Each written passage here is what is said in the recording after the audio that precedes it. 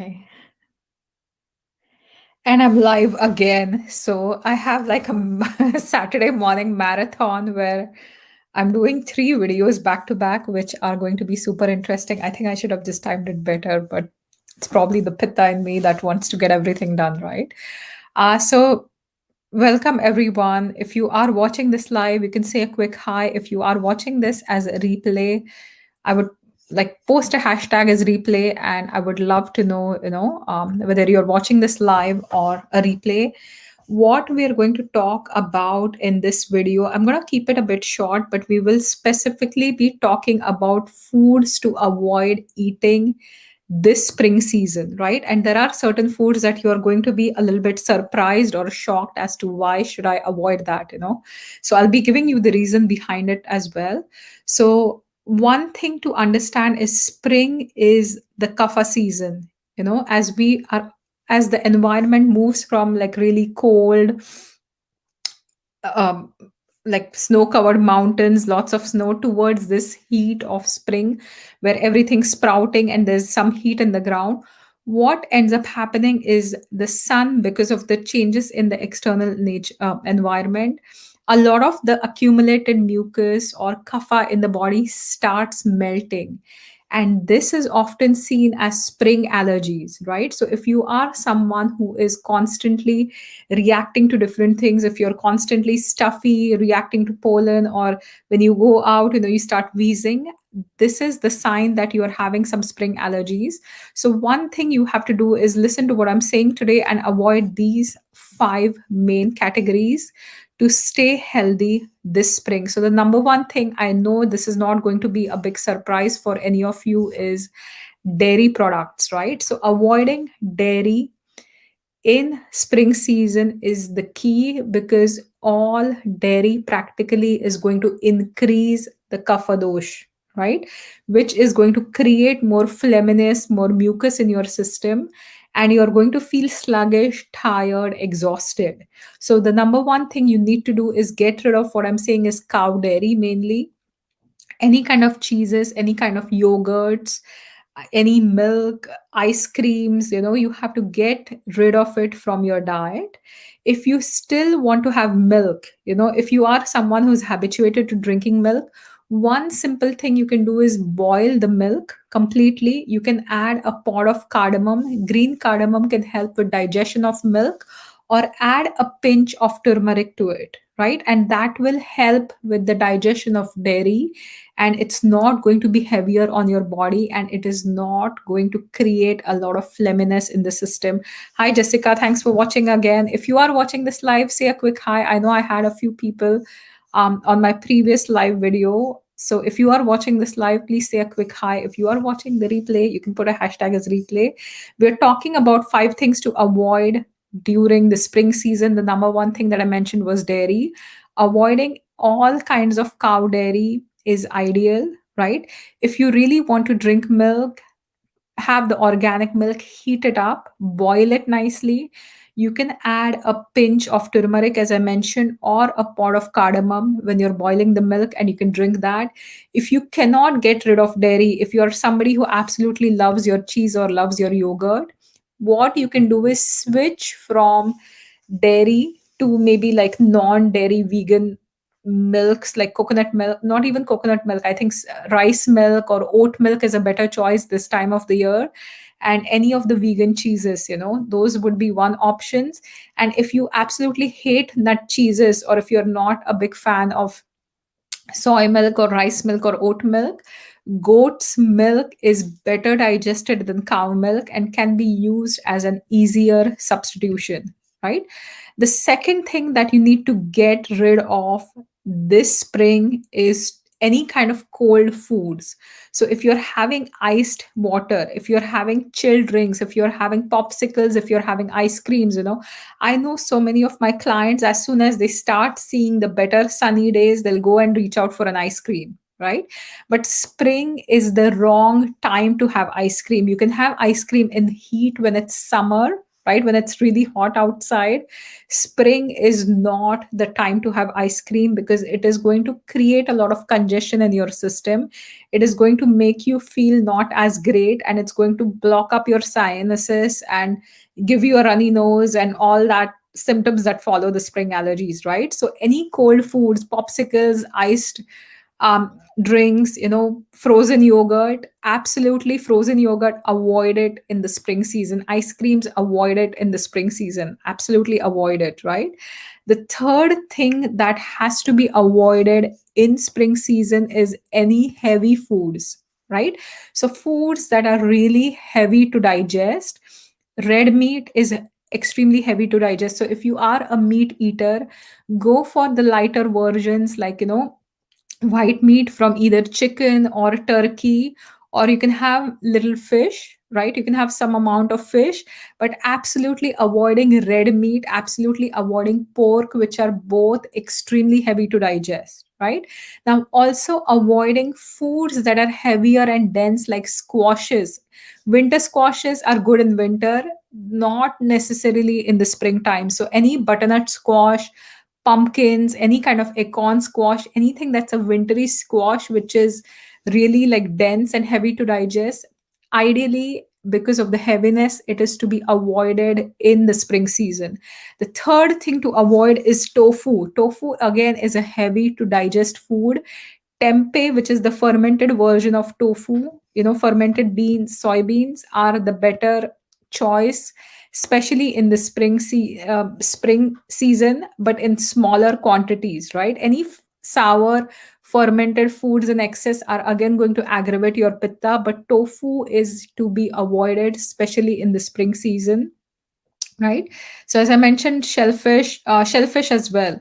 So any crustaceans, lobsters, they are heavier to digest. They're going to take up a lot of your digestive space and time, and your digestion is slow this time of the year, right?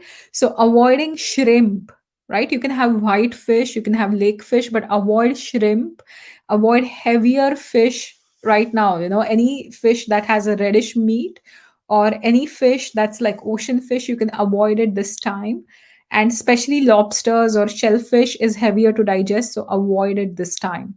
Now the fifth thing that I wanted to talk about was, sorry, I think we're dairy, cold, heavy foods. Now the fourth thing is anything fatty or greasy. French fries, absolutely no, no. Even avocado, right?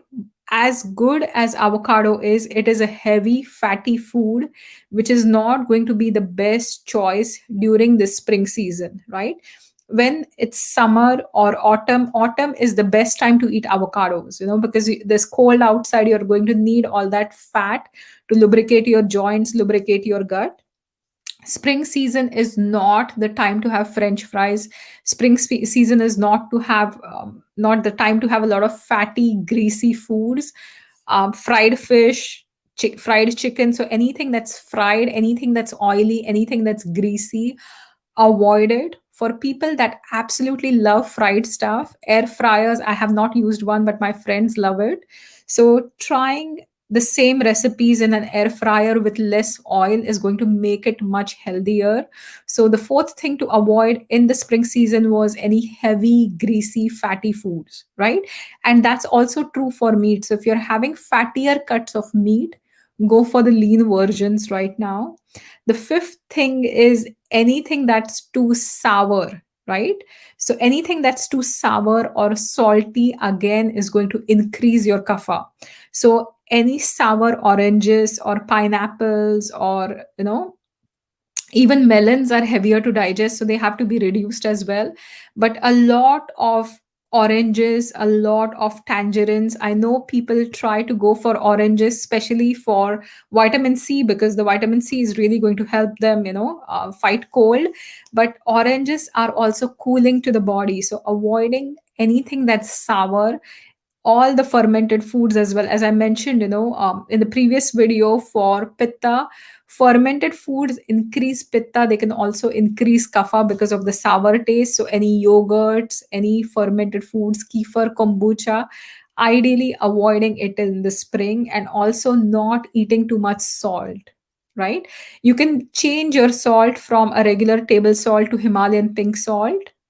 Himalayan pink salt has lots of minerals in it, and that's going to be easier for digestion as well. So, avoiding too many salty chips, too many salty foods is the other key to staying healthy in the spring, right? The one thing that most people are not aware of, and this is the concept I keep talking about, that as the season changes, our diet has to change accordingly. You cannot keep eating the same food you were eating in winter, in spring season. You cannot keep eating the same food you are eating in spring, in the summer season. As the environment changes, there are certain natural changes that occur in the body in terms of your doshas, and you have to comply with certain eating rules and regulations to be able to balance your body and stay in balance. And this is a concept that is not very familiar in the West, but in the East, through different celebrations, through different festivals, we ensure that we are changing our diet constantly with different seasons, right? So, what's good for kapha? That's a really good question. So, the five things that I mentioned today, in this video before you joined, were dairy, cold foods, heavy foods, any fatty foods, any sugary foods, they have to be avoided. Now, what is the best for kapha this time of the year is having really light foods, having spices in your diet. So if you want to do like one thing for yourself, add some spices that are going to support your digestion. You can add some cumin, you can add some thyme, oregano, basil, holy basil. So any spices that you can add it to your diet, it will help with the digestion. Most spices, because they're warming, are going to balance this excess kapha energy from your body, right? So this is something you need to do. Also, eating light foods, not eating too much. So don't eat heavier portions, don't eat heavier quantities, and eat in moderation, right? So this is extremely important. And one thing that has to do, that a kapha has to do every spring, no other doshas as well. So there are seasonal cleanses we talk about. You have to take this time to reset and rejuvenate your body and change your diet. You have to make sure you're not loading up your digestive system with lots of food or heavier food. So your body is naturally detoxifying. And I am hosting a 7-day reset and rejuvenate with Ayurveda. It is based on the principles of Ayurveda. It's not a fad diet, it's not a starvation diet, it's not a juice cleanse, it's not a khichari cleanse. But this is a systematic way of eating for 7 days where you get healthy recipes, where you're also going to get a Facebook community where we can talk about our experiences, share our experiences. And this 7-day meal plan that I'll be sharing during the spring reset can be customized to any dosha type. It's generally tridoshic, but I'm going to share tips, I'm going to share strategies in the masterclass that takes place on the 22nd, about how you can customize about the doshas, related diet to make the best for yourself or make the most for yourself. I'm posting the link to the spring reset in my comment section here on Facebook. And if you are on Instagram, you can just send me a quick message or check the link in the bio to get more information on how you can join this amazing reset. I have lots of amazing women join me for this experience, and it is a 7-day reset where we're not just resetting our body but also our mind and really making space for new things. You have to make space to be able to invite things in. So we are doing a gentle dietary reset, and I would love for you to join me. I'm just going to post it in the comments section, and click on the link in the bio if you are on Instagram, and I would love to have you for the reset. If you have any questions, please let me know. If you know someone that will be interested in the video or that is really trying to stay healthy in the spring season, you can either tag them or you can privately share this video with them. Thanks and have a fantastic day. I will be back in 10 minutes for another interview with Dr. Hitesh. We are going to talk about bone health and joint health today. Thanks, and I will see you soon. Bye for now.